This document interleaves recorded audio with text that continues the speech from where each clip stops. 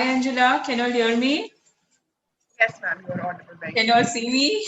Yes, yes. Perfect. So finally, I get to see you, Angela. Very good morning to all the participants. That is Irfana, Nidhi.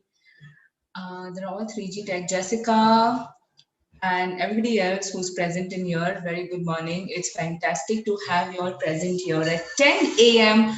on a Saturday morning. I'm sure you all nicely got up early in the morning, figured how you're looking, what you'll have to do. And I hope I really pronounced the name correctly. I introduced her correctly. Guys, I think you're doing a fantastic job. So it's amazing. Keep the good work going. And I think errors and mistakes keep happening, and that's okay. That's how we learn. So please, we start with patting ourselves by saying that, okay, we had a good morning and now we are nicely here talking to each other. So high five, guys. Let's start this. Give me a minute and I'll start the presentation.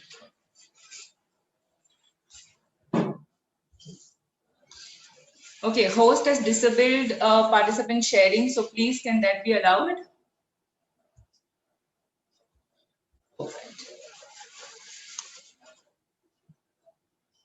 Is it visible? Yes, ma'am. Okay, give me a minute.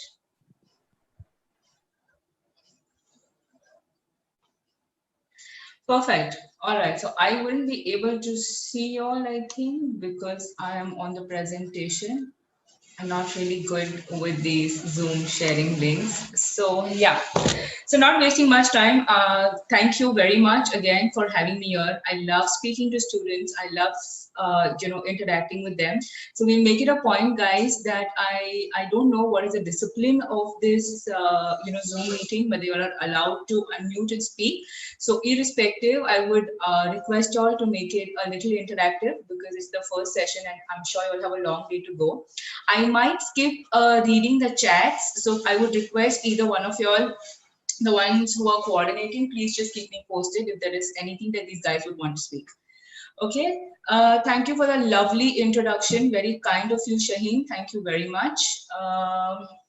So starting with, I chose the topic of domains of psychology because I knew there were many students who were going to attend.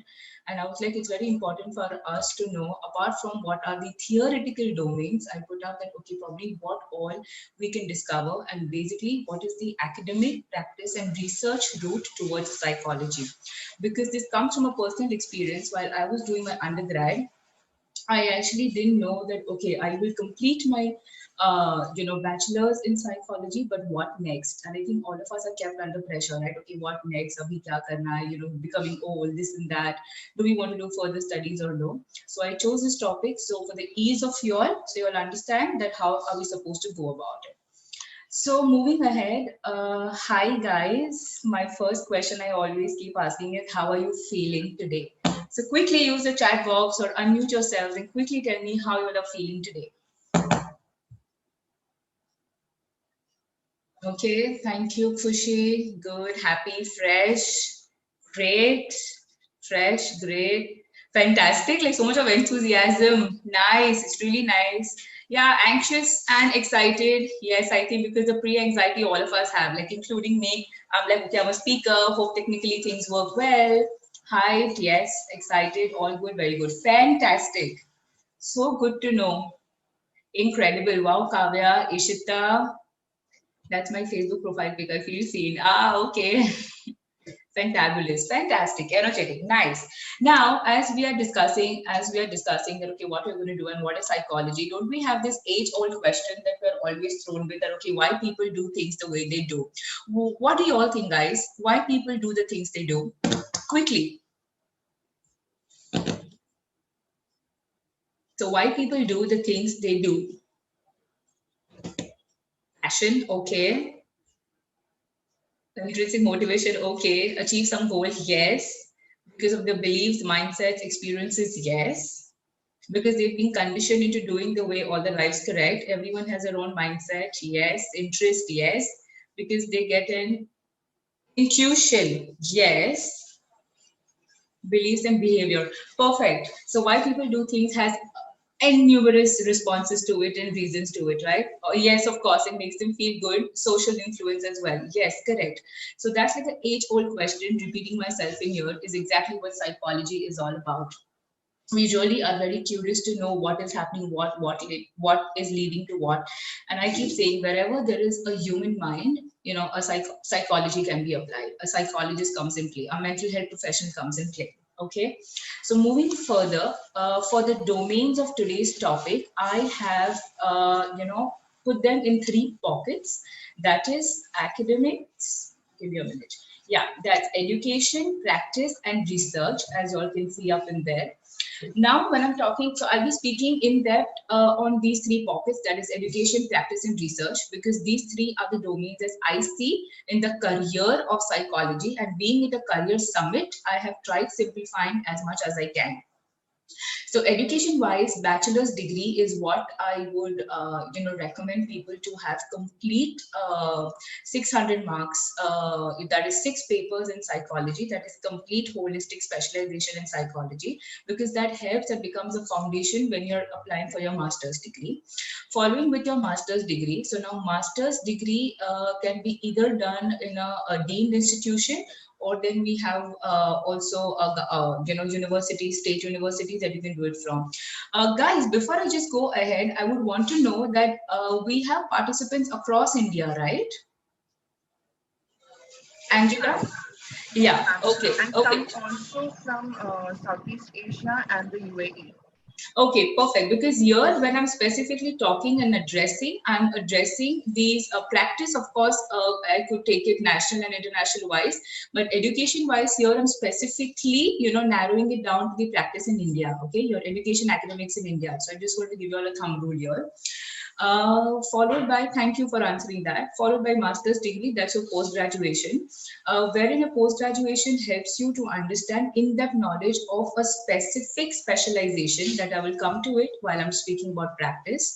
Now, majority of us go with the flow and are understood that, okay, we have to do an undergrad, and after undergrad, we know we have to do a postgrad. What next? Now, when it comes to psychology, guys, I would want you to read up the Mental Healthcare Act.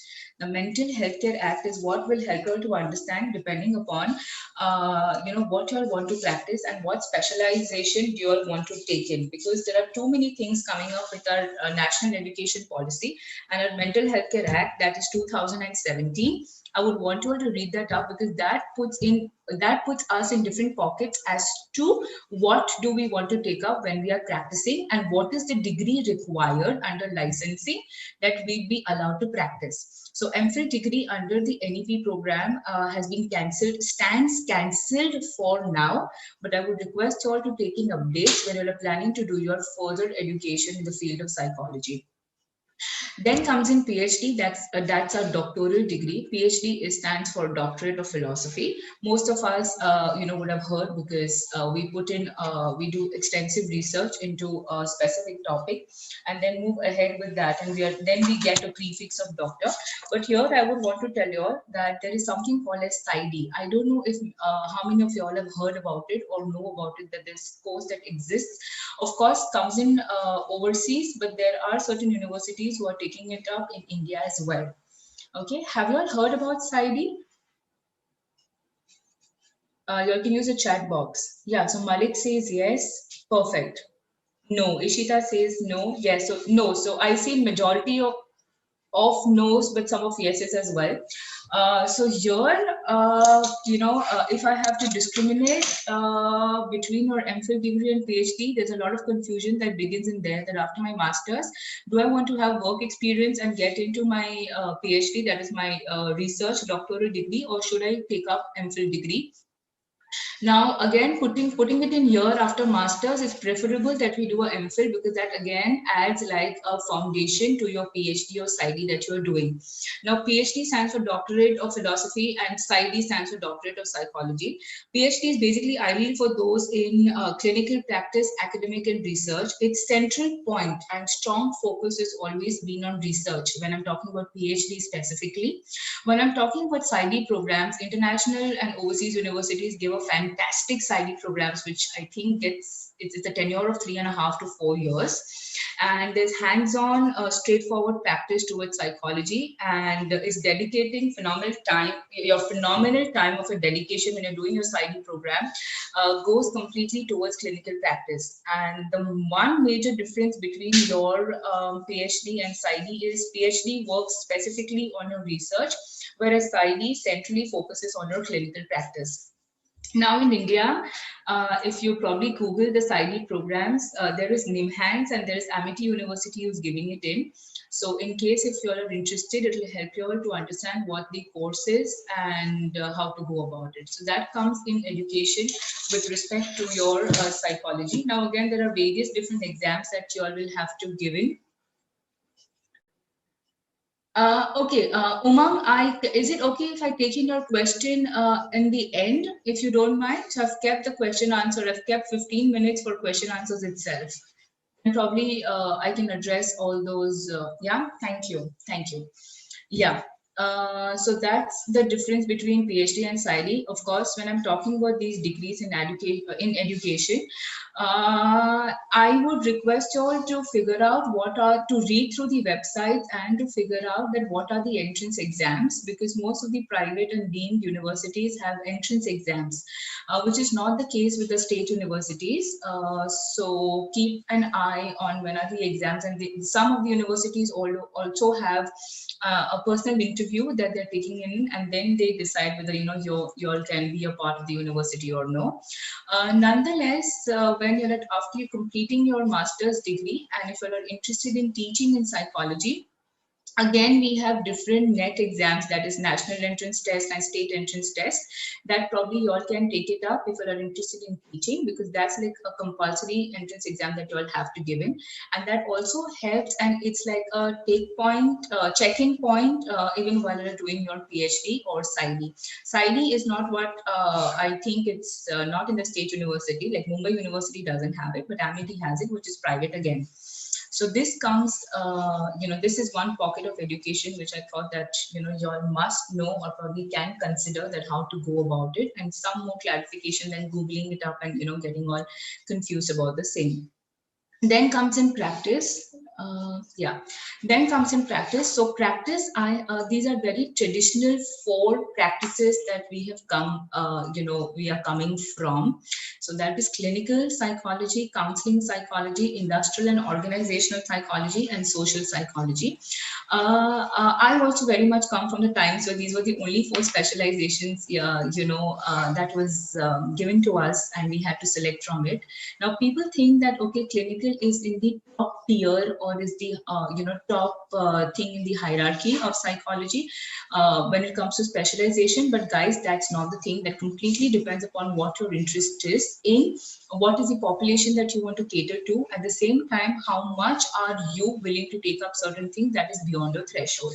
So let's not put them or categorize them into an hierarchy that, okay, clinical comes in first, then comes industrial, organizational, and then comes social. It completely depends upon the wave. So being in the academic field as well, I have seen that completely depends upon, what the influence is on. So we have seen waves that at times there is a wave where the clinical is high, where majority of the students want to take up clinical. Then we go down with clinical, and then industrial comes up, that everybody wants to take up industrial psychology. Okay. So now when I'm talking about these 4 specialization, clinical, counseling, industrial, and social, I will give you in brief what each of the area measures.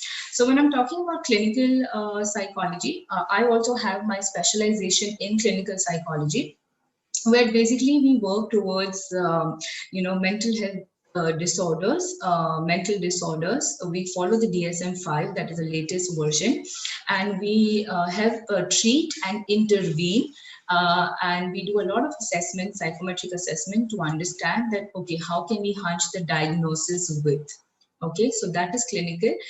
Purely clinical population or clinical psychologists, or will see that they're working in the psychiatry, departments of various hospitals. They might have a clinical practice of themselves, just the way I do, and they can also work in clinics or hospitals wherein they're working with psychiatry, wholesome psychiatry as a specialization.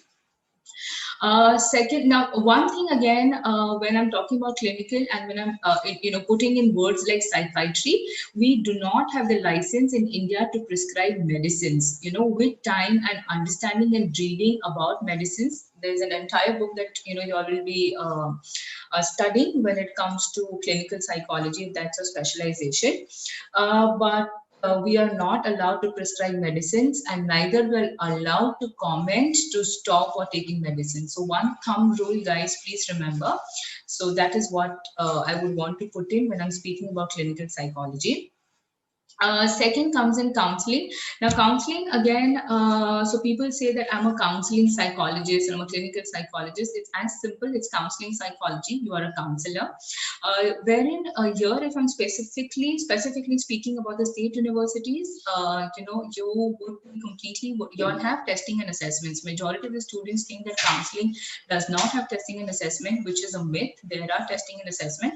Probably not psychometric and diagnostic screeners, because that's a part of clinical, and you are given a different kind of training in that. But whereas when you are studying counseling, you are working with family relationships, you are working with students, you're working in schools, you're working in NGOs, you're working in institutions where it's required. But again, when it comes to counseling, anything that during the process of a counselor realizes that this requires clinical attention, and this is not probably working as a part of counseling sessions, she would recommend or refer, or he or she, the person, would recommend or refer it to the clinical psychologist or a psychologist having a specialization in clinical for intensive therapy. Okay, there is a slight difference. People keep using counseling and therapy as interchangeable terms, but that's not the case. So that's with counseling. We have many school counselors, we have counseling people who are actually working and trying to create a difference in the society.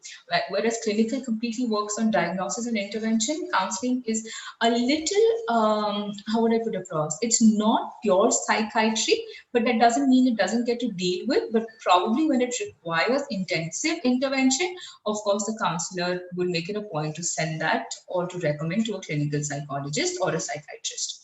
Then comes in industrial and organizational as a practice.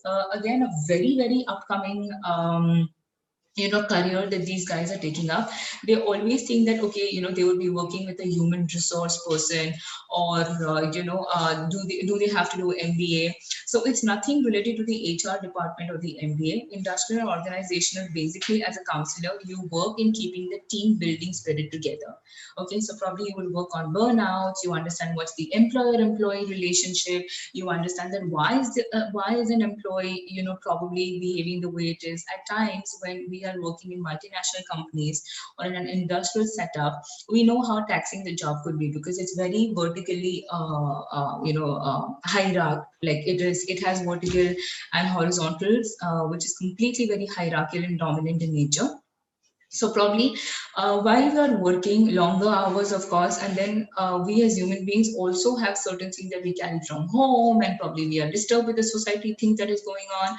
So the main job over here of an industrial organizational psychologist would be to design different kinds of activities, to design certain kind of role plays, activities, games, to understand and to bring in better productivity of the organization. So when I'm speaking about IO, it's completely working through their stressful stressors or stressful situations that they are in, the attitude that they have, or probably the way they're presenting themselves. Ultimately, it is how to get in the best productivity and keep the team going stronger together. Next comes in social. Now, majority of the times people think, at least what I have interacted in my teaching academia with students, people think that, okay, when you do not get clinical counseling industrial, okay, let's go for social. At least we'll be called as a psychologist. And I don't know why social as a practice has always been very kept at the lower in the hierarchy. Whereas, guys, I would want to bring to your attention that social psychology again is a very, very upcoming, field. So, for example, social psychology is not only about psychologists who are working into NGOs and they're trying to work at a lower levels. It's not that, or working with a MSW, Masters of Social Work. It doesn't really restrict itself to that. it is every human interaction with another. So there are so many people, so many advertising companies who are, or consumer advertisements, that are actually hiring social psychologists to understand that, okay, how are a certain specific population is getting governed with everything that we're seeing. So it's the interaction with respect to the community, the society, and the study of it in the same forms.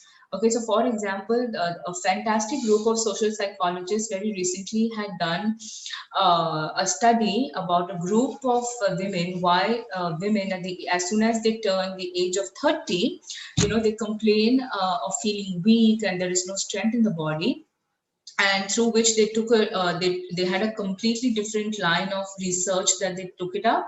And it was seen that because there was lack of vitamin D in the body. Now vitamin D, of course, the main sources when we get it from the sunlight, we need to be out. But because right now we are so high on social media and everybody wants to look so picture perfect, no dark circles, no tanning, everybody wants to be fair, everybody wants to put up the faces, which is absolutely right for them.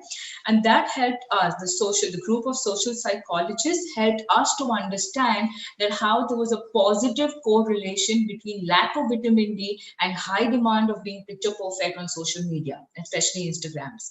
So this is a good checkpoint. If you are really interested in all of these things, please do not put down or put below social psychology, because it's fantastic. So there's so many concepts. I myself, being a clinical psychologist, try using it and try reading about social psychology. So social psychology is also a part of the curriculum in your undergrad degree in your second year, in your introduction to psychology. That's your bachelor's degree. I'm talking about SYBA or SYBSC.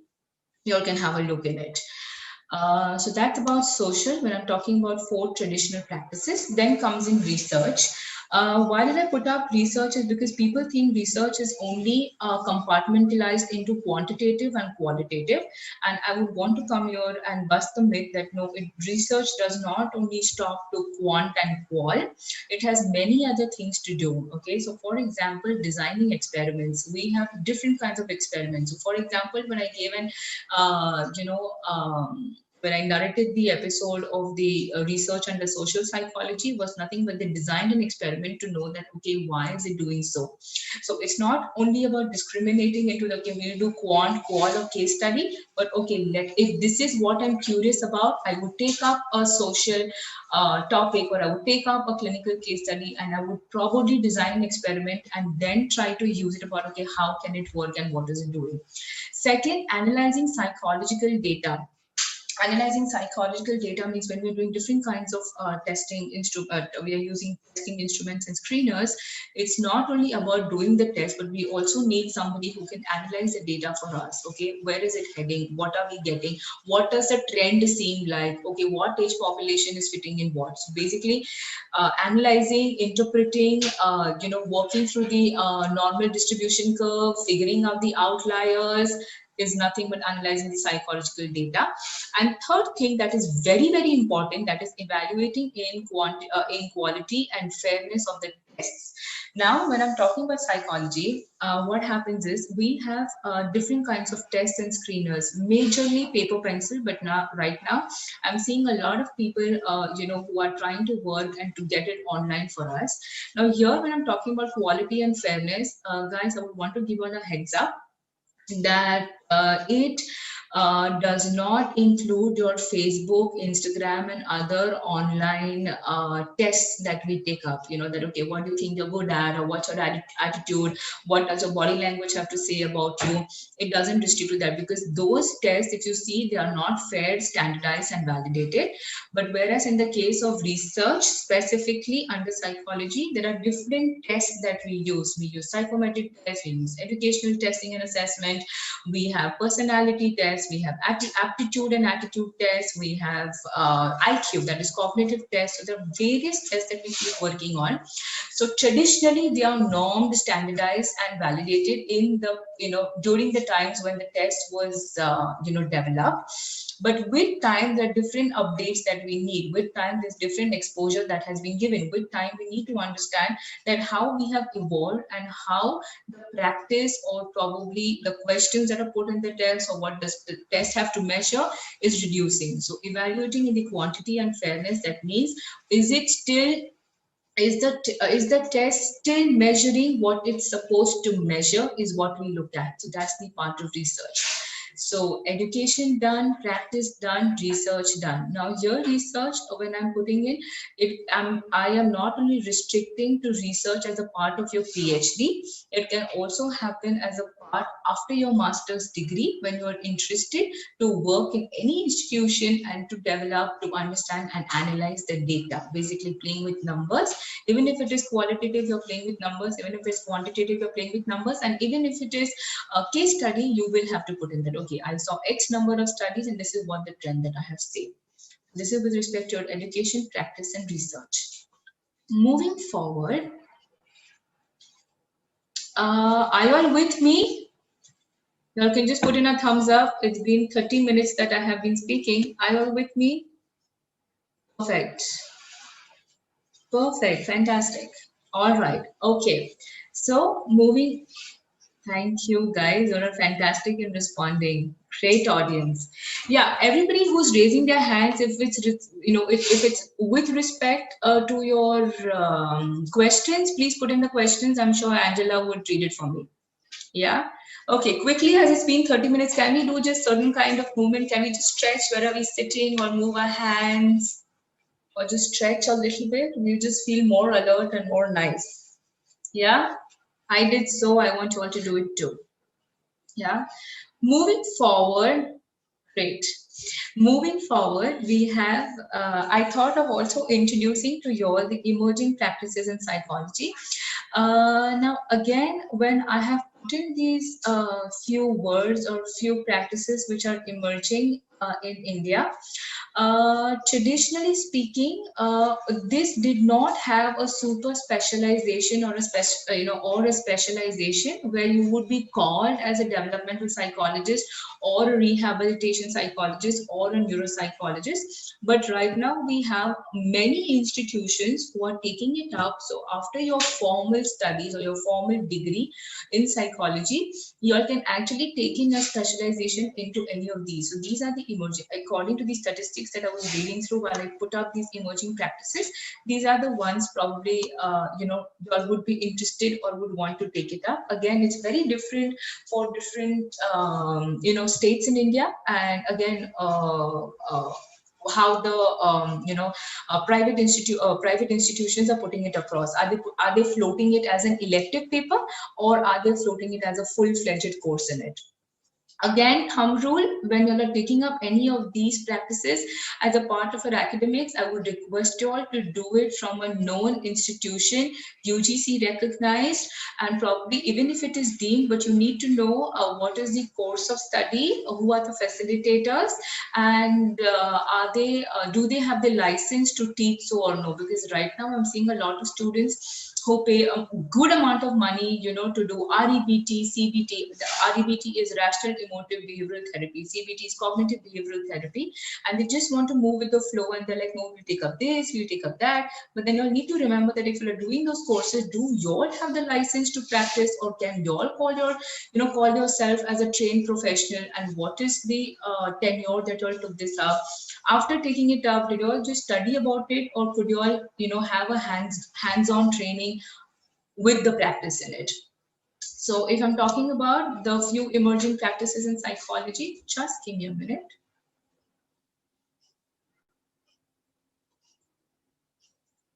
Yeah, you can keep the questions. I'll take all of them at the end. Yeah.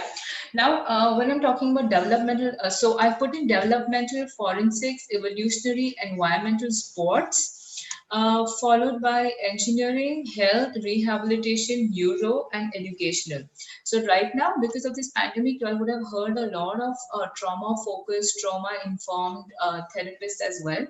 Now again, here, when I'm speaking about trauma-focused, trauma-informed, we did not have any paper, or we did not have any super specialization that gave us the right, to be calling us that we're trauma informed therapists or no, because you have to stick and abide to what comes in your degree, what is on paper to call yourself. So my degree says I have my master's degree in applied psychology and my specialization is clinical. So I would be calling myself exactly like that. And I wouldn't be putting myself that, oh, I'm a clinical psychologist, because that, according to the new policies, they have, discriminated us because we are from the UGC and we're not from the RCI. But yeah, you need to stick and abide to what your degree says, and you got to follow that. Does not mean because you floated one paper and you have more interest in it, that means okay, I'll call myself as a sports psychologist. Doesn't work like that at all. Probably with time you can understand what your expertise lies in. Like psychology has a spectrum. You can understand what your expertise lies in. So probably I have done my MA in clinical. I've understood that I am more interested into the evolutionary part under it. So probably I can say that my expertise lies in evolutionary psychology, but my degree and my as a practitioner, I have to put in psychologist, the specialization in clinical. So please guys, I think it's high time that we play fair on our terms. Even right now, I know as many people are helping under the pandemic and under the COVID-19 scenario, that there are way many mental health professionals, but it is important for each one of you to ask, and important for each one of you to know that, okay, who is a psychologist, what is her or his degree, and what is the expertise. If you all are asking that, you also have to be ready that when you all come in full-fledgedly in the practice, this is how you all would be introducing yourselves to. Okay, so developmental psychology, if I'm specifically talking about, they understand on a lifespan that how humans develop, what's the age, what is the cognitive development, what is the emotional development, what is the language development. So they completely study the developmental. So my clinic, so it aids in psychiatry and neurodevelopmental pediatrics as well. So as a part of my psychiatry, when I was in one of the municipal hospitals, I also served as a psychologist in the neurodevelopmental department. So neurodevelopmental completely has children as a population, therapy with them, testing with them, understanding the lifespan, the growth of completely in the developmental aspect. Second comes in forensics. I think many of these students these days are interested in taking up forensic psychology.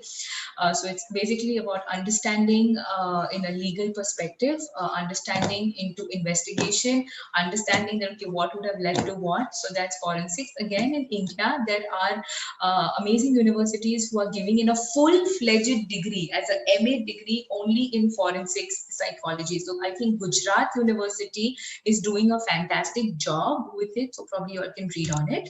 Followed by evolutionary psychology. Now, as a student, I remember when I was taught as a part of my university curriculum, I was very passionate and I really liked the subject. I wanted to know that okay, how brain is the oldest, and how brain has unconscious, subconscious, and conscious levels, and how it can have an impact, and how we have developed through years together, and then how we got into communities and how it has an impact on our overall development.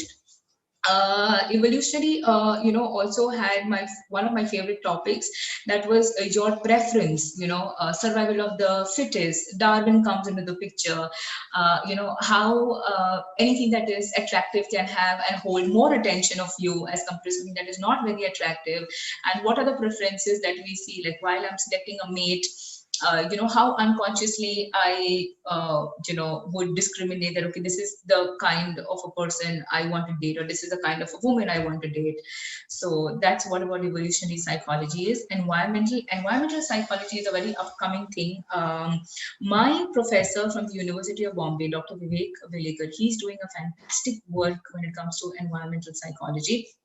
where we study how it has an impact on the overall human beings. So if I have to put in, there was under environmental psychology, I read a research paper that said that how different kinds of seasons and how different kinds of environment can have an impact on our overall well-being, your thinking, your problem solving, your decision making, your overall processing as a whole, and how it can have an impact on you as a whole.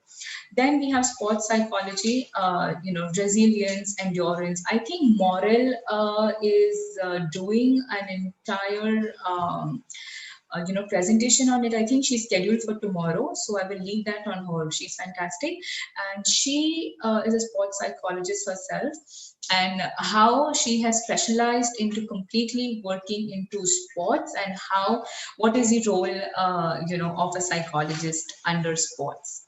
So that's again a very upcoming subfield under psychology that is coming up. Then we have engineering psychology. Engineering psychology, not many of you would have heard of, but the APA, that is American Psychology Association, has put up engineering as a subfield, as a very upcoming subfield, because everything, if I have to take it globally, we are all getting online. We want to get easy access. We have machines in front of us. We are working on it. We want to reach out to people overseas. So how a machine, like even right now when I'm talking, how a machine can have an impact on my cognitive functioning as a whole. Okay, or people who are working day in and day out with machines, listening to a certain screech, listening to a certain noise, completely being online. We have no paper pencil. We want to do tests online. We want to reach out people online. So how that can also have an positive as well as an adverse effect in understanding the human behavior as a whole. Health psychology, again, understanding the health is very simple. Works with physiology of the system and the psychology of the system. So psychosomatic, like how the mind, how your psycho is psychosomatic, is psycho, how your mind can have an impact on your somatic, that is soma, that means body, how your mind can have an effect on your body. So that's what about is under health psychology. Rehabilitation psychology, so we also have palliative, we have rehabilitation, to understand that okay, after you are done everything clinically, to understand and work onto your maintenance is where we have psychologists and counselors come into picture. Neuropsychologists, again, a lot of people whom I know who call themselves a neuropsychologist, but again, important for you all to know that okay, have they specialized into it is basically understand and reading through your EEGs, PET scans, MRIs, fMRIs, and putting that how certain brain activity is functioning at, what are the areas that are getting highlighted when a certain problem is given. So it's working through readings of EEG, PET, MRI of the brain, and trying to analyze those.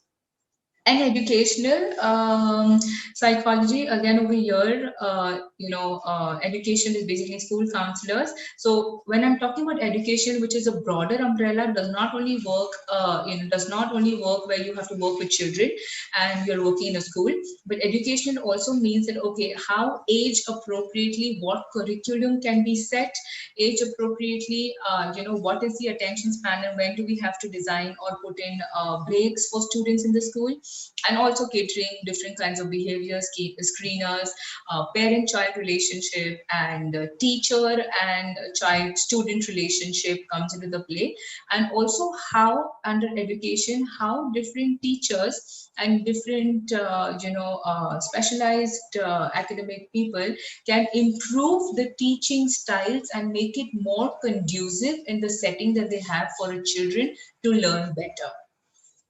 So these are the emerging practices that are coming up in psychology in India, and it's really nice to know that there are people who are taking it up. Yeah. Moving forward, I think I've covered it all. Yeah. So I always like putting in certain questions after I do immense amount of talking for like 45 minutes now that I have been talking to you wonderful people who are listening to me. So I always, want to end like, okay, there are three questions that I would want you all to answer to yourselves. One is what makes me me? That means what makes me as a person or what makes Vishaka. Okay, so probably you all can ask yourself that. So, for example, if I have Shaheen, sorry, I just read your name first. We'll be like, okay, Shaheen would want to ask, okay, what makes Shaheen Shaheen? That's question number one. This is like a homework that I want you all to do for yourself. Question number two, what am I doing of all the information post attending and listening to experts in the field? Like, I remember as a kid, again, a very personal disclosure, I used to get really very confused. I'm like, okay, these guys are so good. I used to also feel pressurized at the same time. Okay, will I be able to do what they are doing? Will I be able to create a mark or no? I still want to study. But guys, here when I have put up what am I, doing of all the information post attending and listening to experts in the field is that I just don't want all to, passively listen or actively listen. I would want you all to do something. I would want all to take away certain information. I would want all to work through of all the information that you all are getting in. That's very important. So please answer that to yourselves and see that, okay, where it is. And again, if majority of you all right now are students, one request as a clinical practitioner would be, please study. First, get your academics in place and then get into working and interning and observing or under mentorship programs. But at least first finish studying what you have to study. Get your concepts, get your knowledge in place. And I'm sure there are people out in the fraternity who would want to help. And then you can have your experience in it. Because I know a lot of people who are undergrad and then they'll call me and tell me that, hi, I want to work with you, ma'am. Please a formal date. And I tell them that, I know age is just a number, but we have certain age that we have to play according to it. So for example, if they want to come and do observership under me, and if I'm clinically practicing and seeing, varied amount of patients on a spectrum of psychosis to neurosis, and that person might not still have the ability to take it up because the person might not know what I'm doing. So please guys, get your academics, in hand first, and I'm sure there are people who would want to help you. So answer that to yourself. I'm again repeating, what am I doing of all the information after attending and listening to the experts in the field? And the third question to yourself again is, how am I going to make a mark and create a difference as a psychologist? Whatever may be it your specialization, but how am I going to make a mark? What am I going to do? Why do I want to take up psychology? And how am I going to create a difference in whatever is my specialization? Because I'm working with human behavior at the end of the day and all the interactions that they have. Okay, how am I going to create a difference? Yeah, I think I'm very much on time because I had kept 15 minutes for the questions to address all your questions. Yes, thank you so much, ma'am. It was a very relevant presentation for every psychology student out there. So I would, without wasting any time, start with the questions so you can directly answer them. Yeah. So the first question here is, what is the difference between MPhil and PhD? Okay, so MPhil is again a degree that's your Masters of Philosophy. Yeah. So your MPhil degree won't give you. So when you're doing your MPhil, that can become your foundation to your PhD. It has a curriculum that they follow that you want to do MPhil in what. Whereas PhD, you decide what you want to do research in. So that's like a striking difference between the both.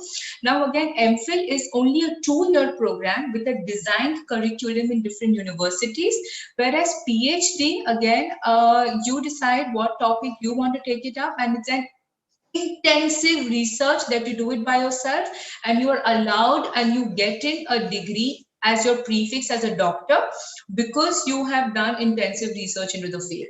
So again, your PhD does not have a designated tenure, goes anything between 3 to 5 years. But MPhil, there is a course, there's a syllabus that you have to follow that has statistics as a part of it, and that just helps you to do your PhD as a whole. So yeah, if that answers your question. So MPhil has a curriculum, has a syllabus, design, structure. PhD, you get to do what you want to do. Okay, great. So there are a few similar questions which I'd like to combine. So basically, the question is: after masters, can we directly do a PsyD course, or what is the work experience that is required to do a PsyD course? Like, is there anything required after masters, or directly we can go opt for a PsyD course? Okay, so technically after masters, I would personally suggest, again, I would personally suggest that you all take in some experience, because your masters gives you probably not a complete hands-on training, but you know what your specialization. So masters gives you a specialization, correct? So later on, you also need to apply, right? Everything that you have theoretically learned, you need to apply. So I remember while I finished my masters, I always thought that, I'm excellent with kids and I'm very good with kids, until I realized that, okay, I am good with kids when it comes to testing and assessment, but probably I'm not very good with kids therapy, because they are just so cute for me to, get them crying or make them unlearn their behaviors and turn them into learning. So I realized with time that, okay, that's not my expertise. Probably, of course, when I'm put under pressure, I might want to take it up, but I always do a referral when it comes to child therapy, is because I know that probably I do not have expertise in it. So please take in your experience, understand, try to apply. So we have so many schools of thought under therapy. There is like we have psychoanalysis, we have cognitive, we have existential, we have marginalized. So there's so many schools of thought. You try understanding that, okay, where are you comfortable working with, or are you just eclectic? So although I'm very very psychoanalysis at my heart, but I again tailor it very much as per what my patient or client needs, because the generation now specifically is very CBT oriented. They want evidence, they want to cognitively rule it out, they want to know why they are feeling what they're feeling, they want to know what they're thinking, why they're thinking. So if I have to tell such a patient or a client, okay, now please close your eyes and tell me whatever thoughts are coming to your mind, I might do harm to them. And the least, if I can't do good, at least I do not want to do harm to them, right? So please take an experience. And again, for PsyD, after masters you can take it up, but completely depends upon what institution you're taking it up, what university, and do they have any entrance test or person interviews followed by the entrance tests. So yes, if that answers your question, take up a 2-year experience after your masters. You have been studying, understand what you want. PsyD is again very clinical, but again, to understand or do it or taking it up PsyD, I wouldn't want your guide to mentor you. You know what, that I think you should be doing a side in this. You all should be the one telling your guy that, what, I want to have my clinical expertise into it, right? So understand. Yes, so that's correct. So as you mentioned a bit about child therapy, there is a question related to it. Do we not have child psychology as an engaging practice? I guess basically it's about the scope of child psychology. Okay. So there is so education again. So when I'm talking about child psychology, there's education that comes into place. There is developmental that comes into place. That comes behavioral therapy that comes into place. So again, the specialization when you're talking about child psychology is depends upon your expertise. So after you completed your masters, and if you're taking up certain courses that completely cater to child psychology, it completely helps, because I think that's how children, you start working with children and the vicious cycle, you can try to break the vicious cycle of thinking and parenting and understanding that, okay, are parents doing harm or are parents doing good, or are they trying to put their conflicts and their pressures onto the child. So again, child psychology, I don't think it is a part of many curriculum or syllabus. Developmental psychology is, but child psychology again could have a course. There could be a licensed or there could be a validated course that you can take up. जैसे कि certificate courses है, where they will just teach you that, okay, what all comes in a child psychology, what are the different coping strategies under child psychology, what are the different behavioral modification schools of thought that work under child psychology. So yeah, you can do develop. So if you want to practice into or becoming into child psychologist, I would say that take up floating papers such as behavioral therapy, take up floating electives such as developmental psychology. All of that will help, because even in the clinical practice, I think there are barely 30 pages of neurodevelopmental disorders, and then we completely go to mental disorders, like complete full-fledged psychiatry mental disorders. Because when I'm talking about child psychology per se, here comes in the role of both a developmental pediatrician and also a psychiatrist. Because even under psychiatry and clinical practice, we do study neurodevelopmental pediatrics. And because again, cognitive comes into play, right? Cognitive behaviors, whether it's age appropriate or no, developmental milestones are age appropriate or no. So depends upon what is the presenting complaint. I myself root out that, okay, do I need to bring in a psychiatrist into this, or do I need to bring in a pediatrician? Like all of us would have heard a pediatrician, but yes, we have a super specialization that calls, which is a course that says that no, I'm a neurodevelopmental pediatrician. So that completely helps. So there is a question that says, do we need a science background for clinical psychology? Thinking Yes. of PhD and or Psych D. Okay, fantastic question. I think parts of America and even parts of India gives psychology under BSc. So if you go down south, some of the universities do give in BSc in psychology. So science, of course, I wouldn't say that it's any different, but it probably just might help to understand the physiology. But again, science is only for the first 2 years, right? Your FYJC and SYGC. And after that, of course, you have psychology. So again, depending upon that, if you want a BSc, you can go down south. Otherwise, majority part of India is giving you a MA degree. So there is absolutely no correlation as such that I can say that, okay, science is going to help you, to do your PsyD or to do your psychology, because for undergrad anyway, you have to take up psychology. So yeah, now that under psychology depends if you want to take up MA in psychology or BSc in psychology. But your science is just going to help you for the first 2 years. So there is a very inquisitive question for maths lovers. What is there a connection between mathematics and psychology? Oh my God, there is a connection between mathematics and psychology, because probability comes into picture, research comes into the picture, quantitative analysis comes into picture. So Dr. Vivek, whom I'm talking about, he is doing amazing research in consumer psychology. He has a team, or he is a psychologist. He has a team from he has a student and a team from economics department as well, to understand the statistical analysis, and also a student from mathematics department, which will help us to understand that how quant can come into play. So yeah, mathematics and psychology, although we are taught that, I was very weak in math, yeah, hence I took up arts.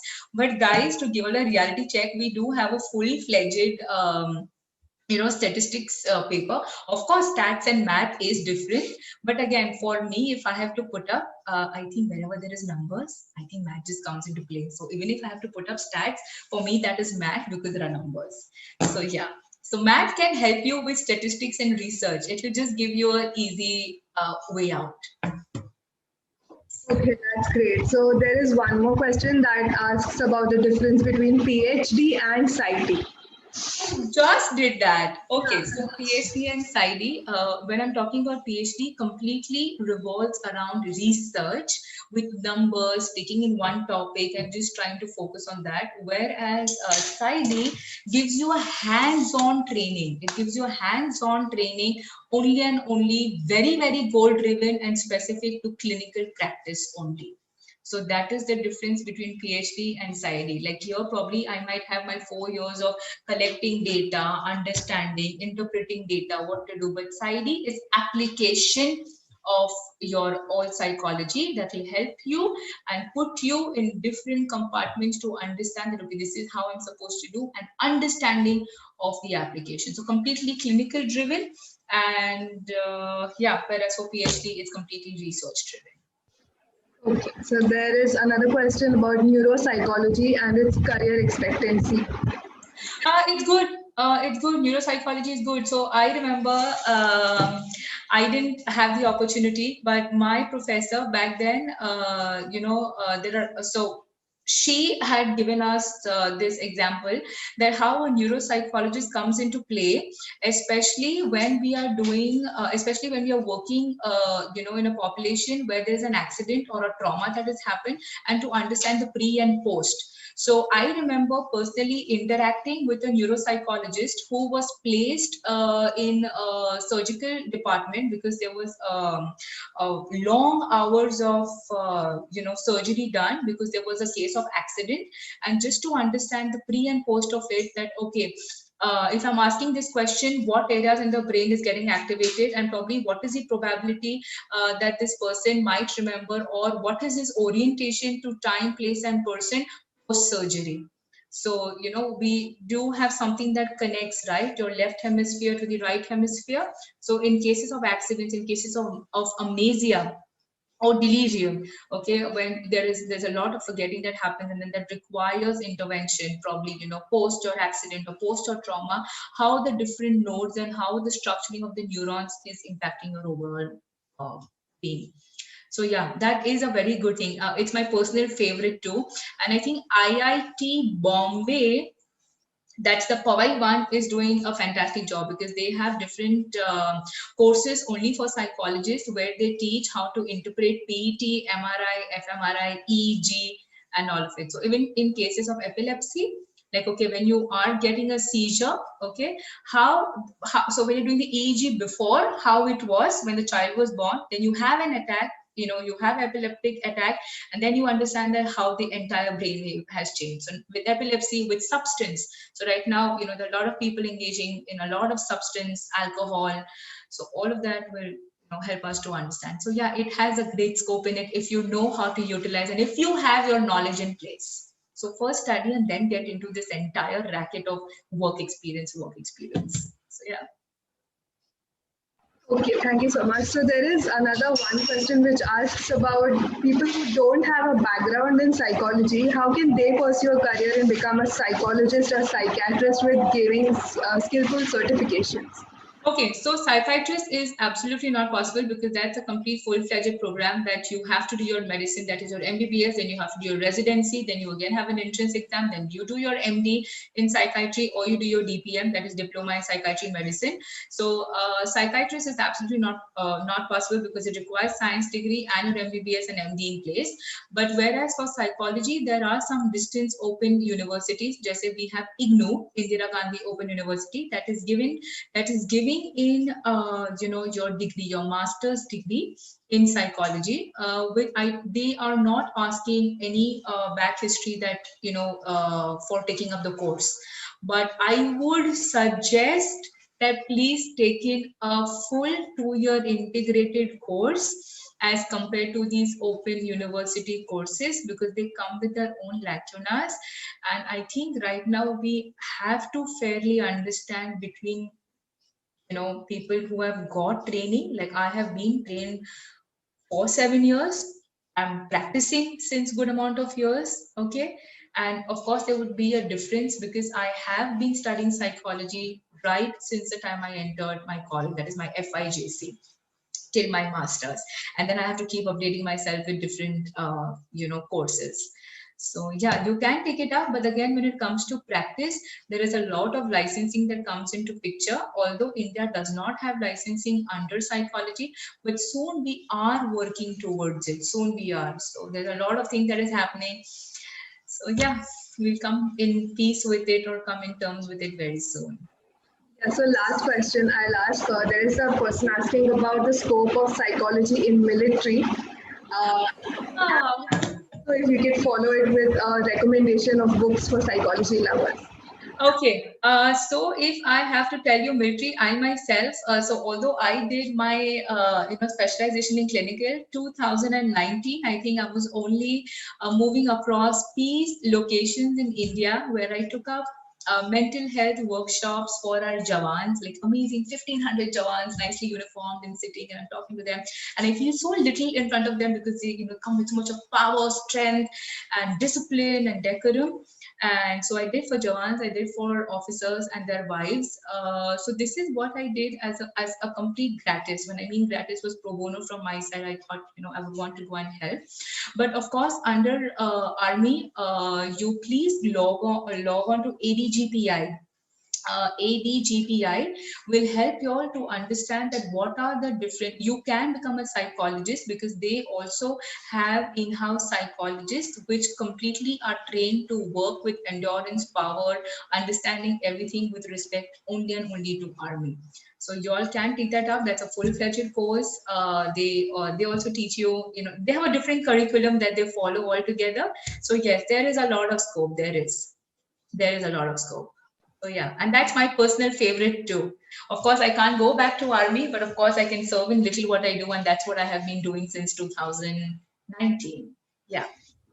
That's great to know, ma'am. So basically, we are here done with questions. You can end with a certain recommendation of books. There are many people asking for that. Your So favorite. recommendation of the books, I think, is the last thing that I would do, because I always feel I do not like recommending, is because then there's just this passage that will follow that of, what I had heard and I think I would want to do it.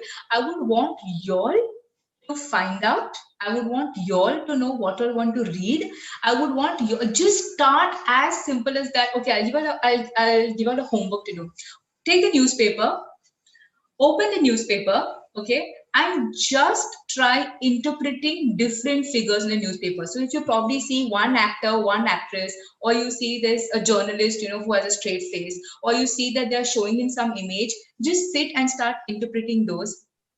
Start with that. So I wouldn't want to recommend any books because I wouldn't want you all to be influenced with what and how I read, because I might have a complete biased opinion because I'm from clinical.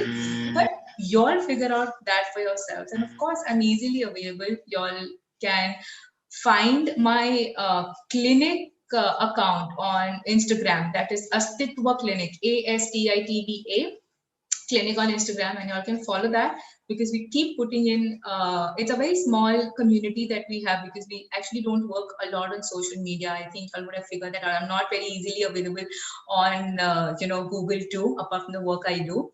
So yeah, so I'm not going to recommend that to y'all. Y'all start with a simple homework that I give. Just open Times of India, Hindu, Indian Express, whatever, and start doing that and figure out that, okay, how are y'all interpreting the human behaviors and what you're like.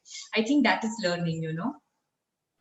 It's very easy for, yeah, it's very easy for me to come and speak and to tell y'all what I have been doing, or this is what y'all can pick it up, because probably I realized that when I had to, I didn't even know I would be taking up, psychology, and I'd be taking up, clinical as my specialization until I was in my master's program. So that, of course, doesn't mean that I want you all to do that, not in that context, but it's important for you all to be, explore, for you all to get curious, for you all to know that what you all want to decide on yourself. Because the least I would want to practice is influence.